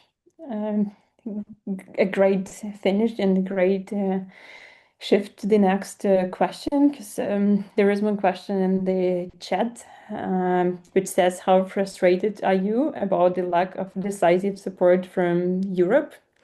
And I think it kind of relates to the question of strengths and decisiveness and preparedness levels, and the readiness to act and not just wait and be delusional that it will not happen. So anybody wants to start on this? Do you, like, as a military serviceman, even think of it? Concepts of like European support. Do you receive it? Do you use it? What are your thoughts? How frustrated are you? It says. I'd say I'm not very frustrated because I mean, initially Europe never owed us anything, you know, in a way that they could have just let us burn, right? And at the moment, it is obvious that Europe enables the whole Ukraine's defense by sending the military aid and sending the economic aid to keep the economy and civilian life going, right? I'm just quite frustrated with the Ukrainian allies in general. Like the problem is that Russia has some really nice allies, and they are very decisive in their way of fighting the war. For the North Koreans, they send them the howitzers, they send the personnel, and the personnel gets trained in the actual combat. So they are like a very strong country. Then they are not definitely not a paper tiger. And same goes with Iran, but with Europeans, it is so important to have that support. But I think there is a room for improvement, and I think that they should be interested in that more of a from their own security perspective. Like if you want to survive, you just have to gain more strength.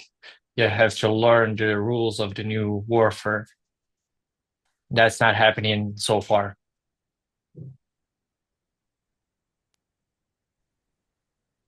Yeah, I can summarize it. Actually, frustrated is an interesting wording here, because like from our visits to the front and talks with the military, I've never heard like frustration. I always hear gratitude. Maybe that's the problem. I don't know. Maybe we should be more like decisive in terms of how important it is. But actually, it's not like, again, even though I realize the big picture and I realize how important and how dependent we actually are on foreign aid, both like from any country, from the US, from Europe. It's not just Europe, even though Europe has like activated by the recent boost. But in general, I don't see frustration. I see just like gratitude for being able to use it. The frustration sometimes comes not from the lack of foreign aid in terms of military aid. It would more often come from the quality of the tools, because we end up finding out that like a lot of the tools, a lot of like weapons, especially like on the drone warfare stuff, are actually super like not relevant in terms of the problem they solve, and way more expensive than the ones we could build. So the frustration could come from the fact that like we actually are able to share knowledge, and it would be smart if European and American countries to come here and learn how to like what is actually needed and adapt their solutions.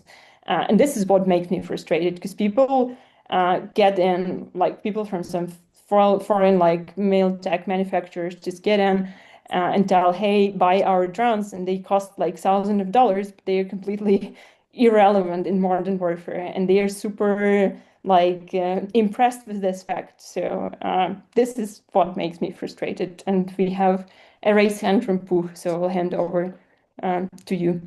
You probably have some thoughts on it. Yeah, thanks a lot. So definitely, it's not about the frustration, because just taking into consideration how many factories we even had in the country that we could produce the bullets.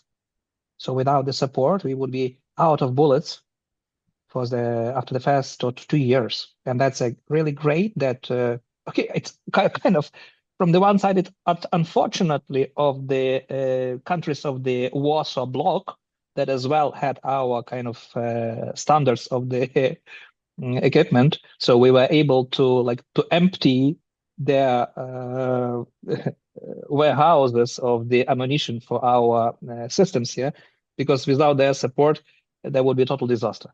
But I mean, it's not only regarding the really supplying of the direct military. I think it's something culturally. So if we had look on the decision making in the different countries, like the countries that has absolutely stable the political situation for like 50 years, yeah? Or the last war was, even everybody forgot when the last war was. So the decision-making process is really different. Like the countries that are not stable, they are in a constant surviving mode. So the operational processes or the operational decisions are done much more easy. As we are in the surviving mode, we are much more focused on taking the decision that is going to save our tomorrow. That's as well the logic why the different kind of multinational companies, when they are creating the board of directors, so the operational director, it's mostly selected from the countries that were suffering some of the political instability or the difficulty, like, I don't know, Poland, maybe Ukraine, before as well was Russia. Right now, okay, they are out, or let's say maybe not so in the queue. The strategic director, definitely Germany, or Englishman, or let's say marketing director, France. And that's exactly the power of the corporation. So right now, when the things are not working and the Europe is like, what we're going to do, they are mostly challenging the strategy. They're not solving the problem, because that's not in the way like they are thinking. It's the cultural thing. It's the long-term planning that they got used to. So something that they are planning, like right now, I'm planning already what I'm going to do in the, I don't know, in the next year. Or we are planning on the next day. And we are solving the operational problem. But it's like, you are perfect in that, while we are good in that. And that's, let's say, maybe our advice as well to you. So try to be more operational. Teach us the strategy, but be as well a bit more operational. And I think that would be the benefit for all our countries together. That's my point. Yeah, very well said. Thank you very much. I love hearing it from a dog. We are a dog charity in the end. The next question we had here was a fun one. Maybe there's someone who wants to answer. Is there a way to crowdsource flamingos? And I'm assuming that's what's needed most. Is something else needed more? So you all heard this news about Flamingo, which is a long-range missile. They announced it was a very funky big missile. I didn't know we had supporters who could fund flamingos. It's pretty expensive, so I'd be curious to chat. But now I'm hanging over to our military representatives. Does anybody want to answer that? Dimko probably love this question. Unfortunately, it's not possible. This is first quite expensive. We're talking like millions. And usually sold in big batches, like 30 or 100 per batch. And yeah, it's definitely not a question for crowdfunding, I'd say. And for crowdfunding, I think just leave all of that big stuff for the governments, and let's crowdfund the stuff where the governments cannot keep up. So I think that is the strength of those NGOs, that they could be really flexible with the demand that is what is needed at the battlefield. Yeah, one day maybe. It refers really well to what we've mentioned about operational thinking versus strategic thinking. We always have to balance. And now I think as we struggle operationally on a very tactical, operational tactical level, it's really it's interesting to think about these things, and I'm sure they have to be funded by bigger budgets, not crowdfunded indeed. So I hope we'll make it. Yeah, Volodya, do you have something to add? Yeah, continuing to this fundraising question, what I can see from perspective of my unit, our government can help us with clothes, with vehicles, with ammunition, with weapon.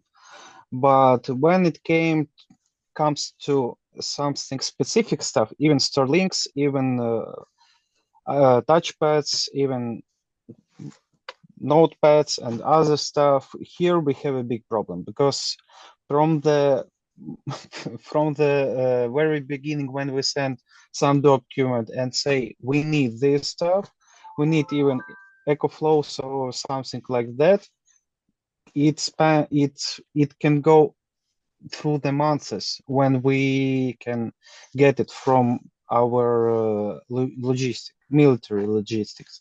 So in this thing, charity funds like Dzyga, they really help us because when we need this thing for today, not even for tomorrow, only some volunteers can help us to get this. I think everyone were in this position when we have almost everything, but we haven't maybe some small but very useful and very needed stuff. So continuing to this, you should understand, and I see this in this war. You don't need a weapon that costs a lot and can destroy almost everything.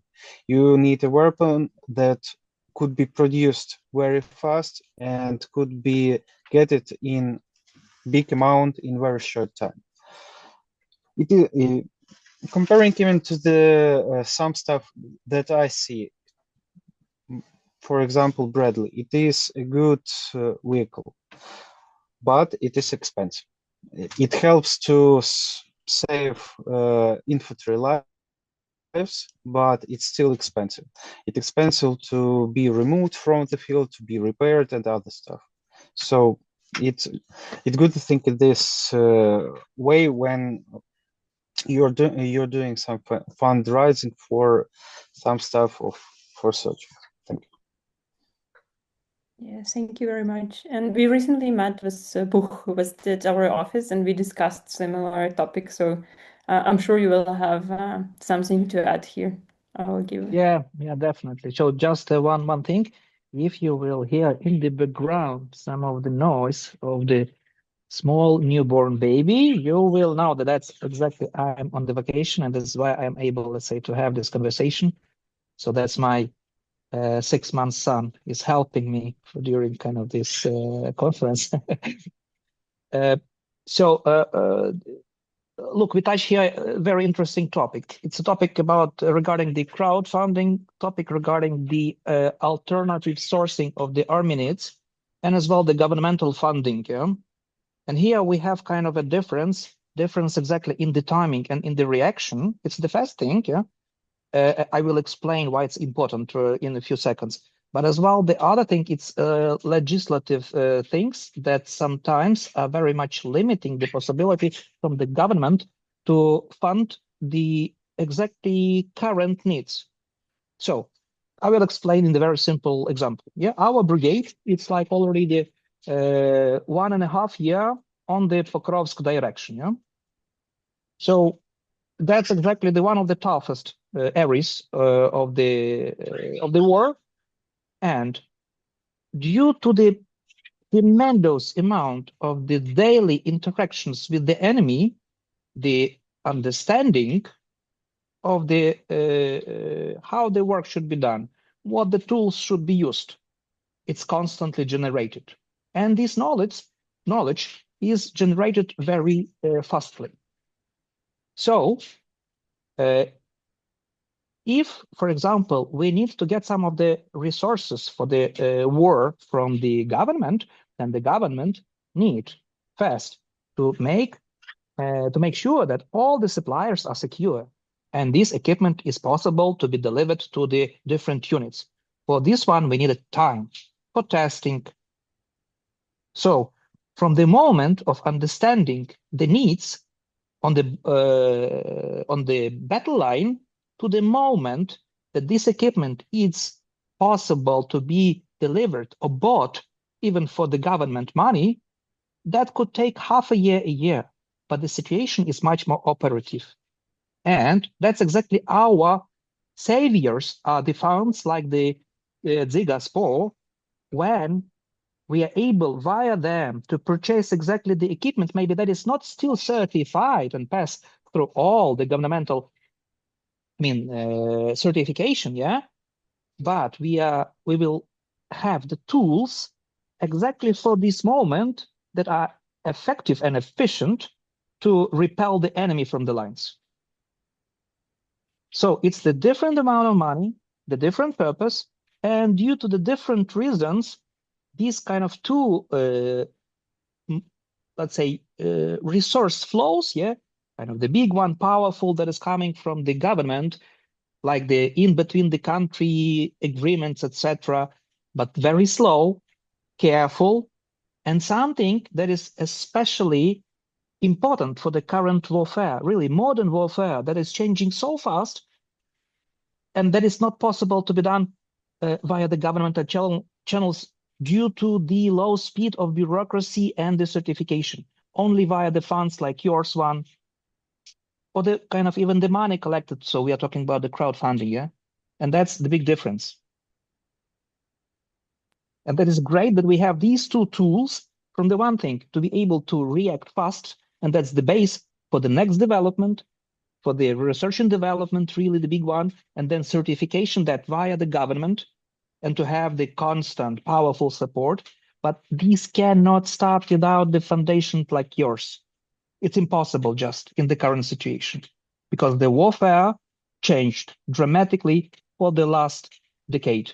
It's become fast, constant innovation, and without that, it's not possible.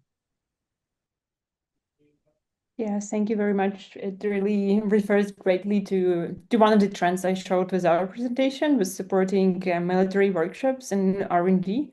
And that's exactly what we focused more on, because we see it's impossible to get official like government funding or procurement for this, and because we see it impacts the warfare really like quickly, and then it gets scaled afterwards. And compared to Russia, I think Ukraine is really good at like bringing innovation, and we are struggling with scaling it. Russia is way better with like putting something on production line and massively producing it. We still have to learn it, and we need like it requires just huge budgets. But in terms of innovation, we have to fund it like that, and this is one of the most, I think, popular models. Along with just the model of self-funding, of like people who serve in the military, just like using their own money to buy the things they need because they know their life depends on it. And it's sad to understand, but it is true. So thank you very much for that comment. And we have Mike has raised his hand, so yeah. Something that's crucial to understand is that a full-scale conflict is a gaping maw that devours material at a staggering rate. I do not believe even the entire budget of several countries would be sufficient to fund even, say, 2/3 of what we need. As such, every little bit that we can get is absolutely crucial for us. Yeah, thank you very much. And we see it every time we get a request, which is sometimes really small, but really critical. Thank you very much. We are running out of time here. You're already 7 minutes late, so I want to wrap this up. And I have one final thing which just popped up in my head.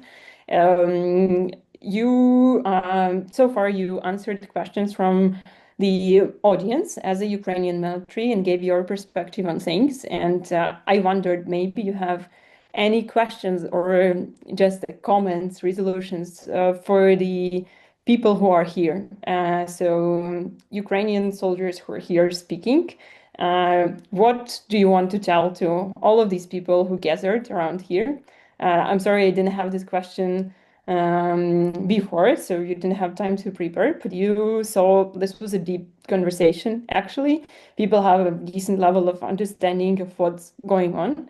And I find it incredible that we are sitting here now on the 21st of February, and we have 50 people from all around the world, all sorts of different countries with us, who decided to spend their time with you this evening. So what would be your questions or comments or wishes to them?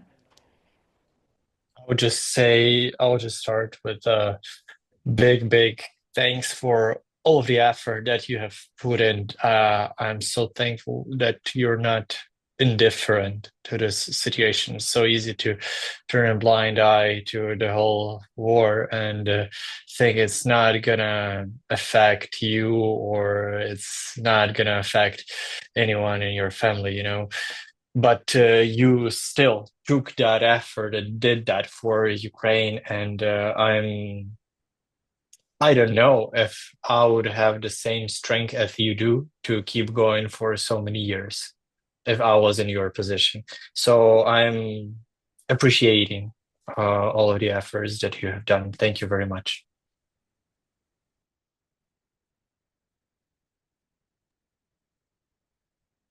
We also have Danilo joined us. I just saw the name in the meet. I'm not sure if he's still here, but Danilo is another soldier from the 47th Brigade. So if you're here and you can't speak, maybe you just want to say hi and yeah, say something to Danilo. Hello. Lovely to see you here.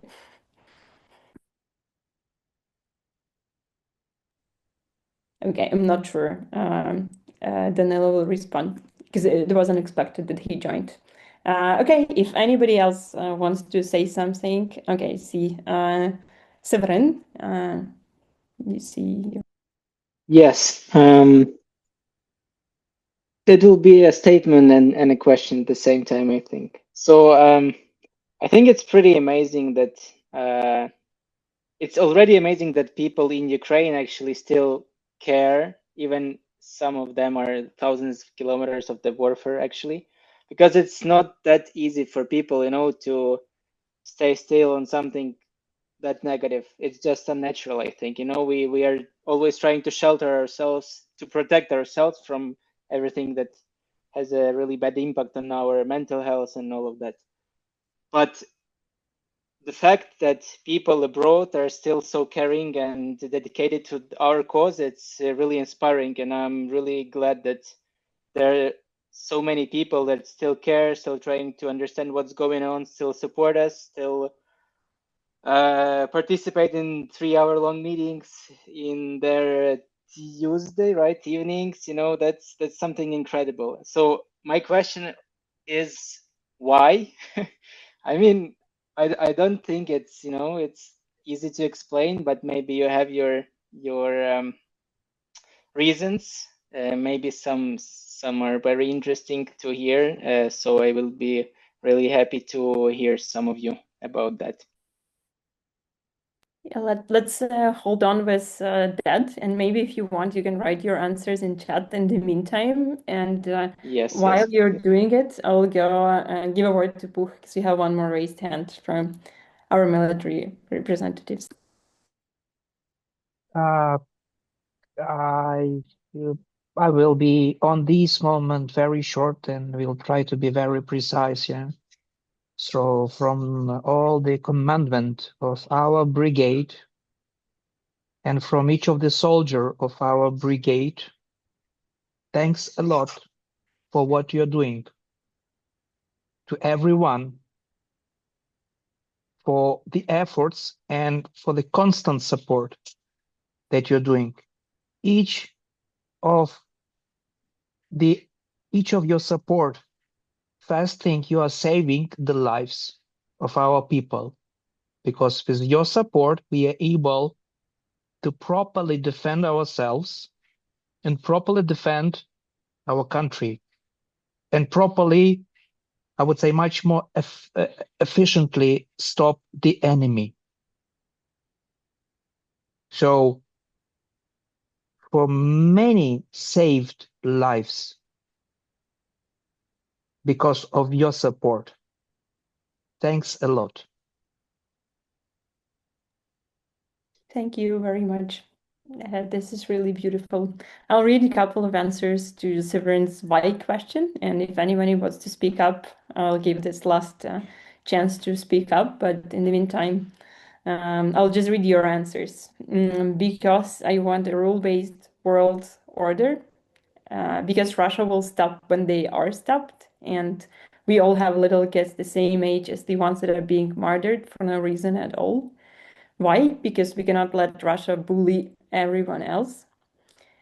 maybe I'm selfish. I live in Finland and could easily see Finland in the position of Ukraine. I could also easily see that Finland would be left alone. This is so heartbreaking. I can't even make any comments. I'm just super thankful for everything you do. And we have a raised hand from Volodymyr, so I give you the concluding mic of this meeting.